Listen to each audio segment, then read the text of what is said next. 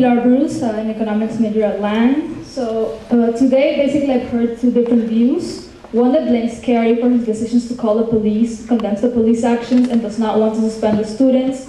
Another, more quiet view that does not condemn Kerrey's decision to call the police and wants to conduct further examination in order to decide on the fate of the students. Now, both of these views attract really bad press. Then we have a huge problem because our school is kind of losing credibility. We are seen as an institution which does not believe in their leaders and that unjustly and directly inflicts damage to the students. Another, that we have crazy students beating police officers and carry crowbars. Whether one or the other is true, basically right now we have a horrible image in the education community and in the press. So basically my question is, what will we do as students and what will the administration do to safeguard the legitimacy of our institution?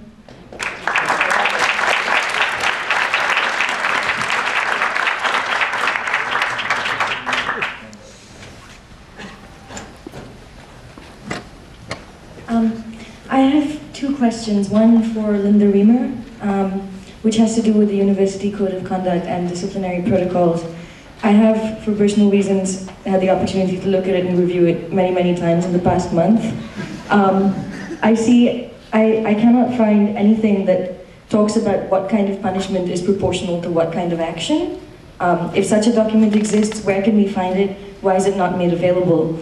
And secondly, with regard to interim suspension, you say that this implies no judgment, but it does. It implies a judgment that it is better not to have that student on campus. This sounds a lot like, and this seems to be an executive decision that's made before an academic disciplinary review board is convened. That sounds a lot like arbitrary executive preventive detention to me.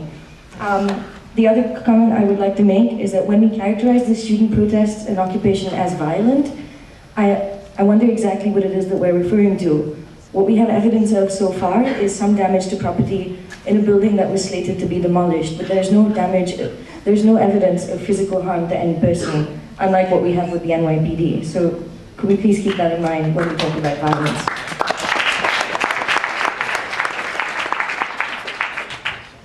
In answer to your first question, Gidi, there is no such document. Sanctions are indicated in the Code of Conduct, possible sanctions. And in the case of the disciplinary panel, they consider all of the sanctions and come up with a recommendation. In the appeal process, should a student who receives a sanction feel that the sanction is disproportionate to what they were found responsible for, then there is an appeals process. And that is one factor that would be considered in an appeal. So that's the answer. Does that answer your first question? Sorry, so just to clarify, there is absolutely no guidelines on what kind of punishment is generally considered proportional to what kind of action? There is not. Thank you. You had a second question for me, didn't you? Was that? Yeah, that had to do with interim suspension. Oh, okay.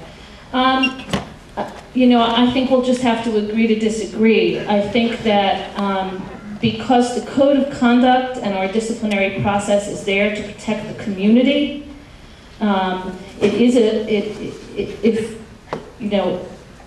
if a specific charge looks like, if it were true, could harm the community or endanger the health and safety of people, or be at a certain level that's egregious enough that the community would be harmed, then it is best to protect the community, to have that student not there until we can determine whether or not that has happened.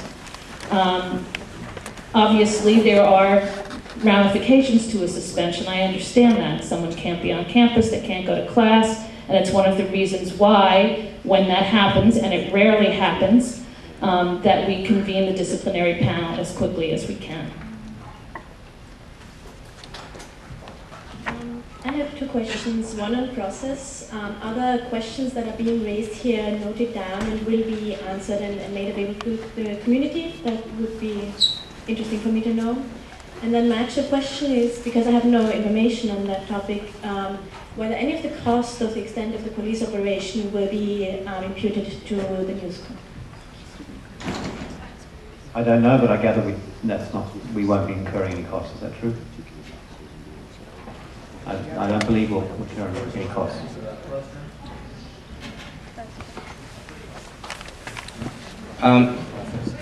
Is there more of an answer? Questions asked.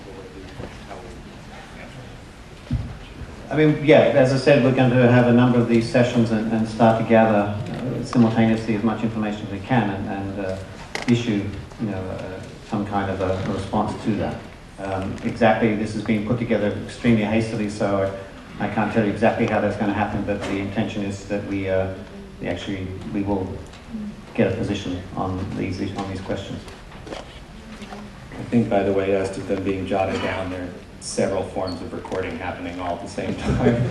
And I also wanted to add that the University Student Senate has an assembly next Wednesday where we will have the Faculty Senate and the Provost and myself, and we're going to try to discuss some different actions and possibilities of things to do as opposed to this meeting. So that'll be announced.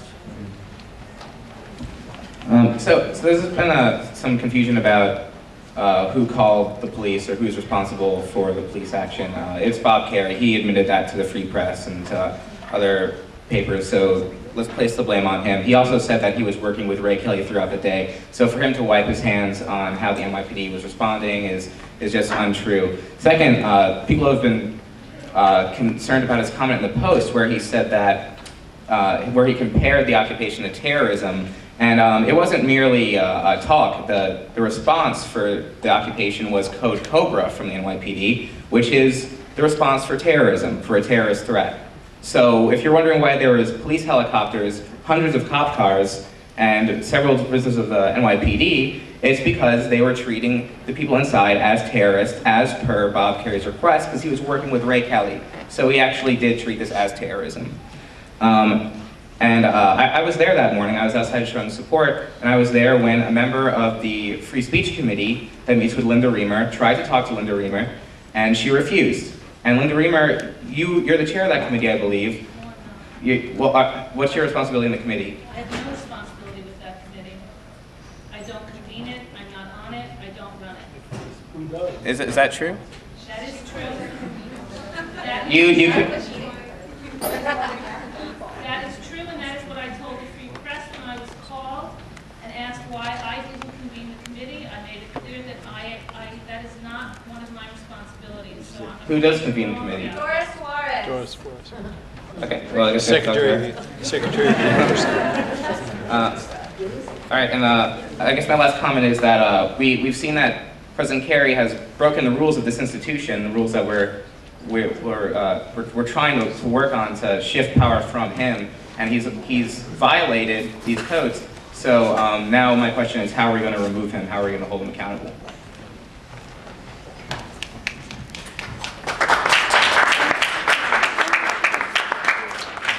My name is Emily Conlon. I'm an NSSR student.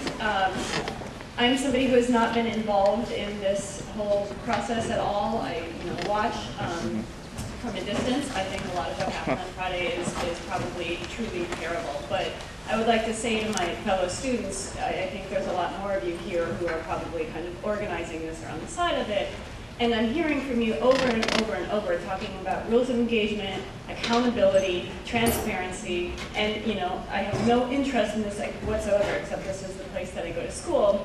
And I hear a lot of speaking for all the students. I get a lot of communiques and manifestos that are frankly crazy, and I don't hear any faculty members here who are so on the side of the students. I don't hear you admitting, except for Jim, that these are insane. I don't know if you guys have read the rhetoric, but these do not represent me as a student.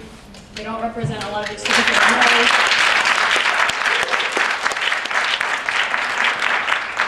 know. And while I think it's very important to condemn, what happened on Friday, I think it's terrible, but this isn't a vacuum. These are ideas that people are engaging in. They're not, if you talk about transparency and accountability, I don't see names on anything. I see some people here standing up tonight, but as a request from me to all of you who are, daring to speak for us, find out what we have to say and at least put your goddamn name on it, because otherwise,